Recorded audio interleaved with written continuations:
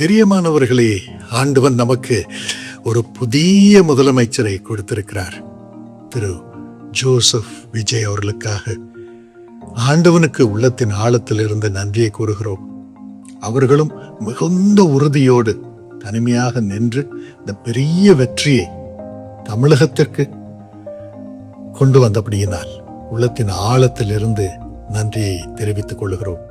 தொடர்ந்து அவர்களுடைய செயல்கள் அனைத்தும், திட்டங்கள் அனைத்தும், கொள்கைகள் அனைத்தும், அவர்களோடு பணிபுரியும் அத்தனை பேருடைய சேவையும் ஆசீர்வதிக்கப்படும்படியாக, ஜனங்கள் எல்லாரும் சமாதானத்தோடு வாழும்படியாக, ஒரு மனமாய் வாழும்படியாக, ஒரு பிரிவினையின்றி, ஜாதி இன மத வேறுபாடு இன்றி அத்தனை பேரும் தமிழகத்திலே செழிக்கும்படியாகவும், ஒழுக்கம் பெருகும்படியாகவும், செயல்பாடுகளில் ஊழலில்லாத சூழ்நிலை நிலைத்திருக்கும்படியாகவும், இன்னும் தேசத்திலே வாலிப பிள்ளைகள் உயர்ந்த ஸ்தானங்களுக்கு ஏறி வந்து தேசத்திற்கு தலைவர்களாக, தலைவிகளாக உயரும்படியாகவும், முதலமைச்சர் மூலமாக செயல்படுத்தப்படும் இந்த திட்டங்கள் எல்லாம் இறைவனுடைய ஆசையை பெறும்படியாக நாம் வேண்டிக் கொள்வோம்.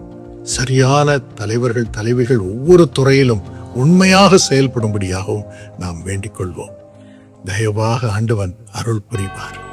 ஆண்டவனே, தயவாக நீர் கொடுத்திருக்கும் எங்களது முதலமைச்சர் அவர்களுக்காக நன்றி கூறுகிறோம். அவர்களோடு செயல்படும் மக்களை ஆசீர்வதியும்.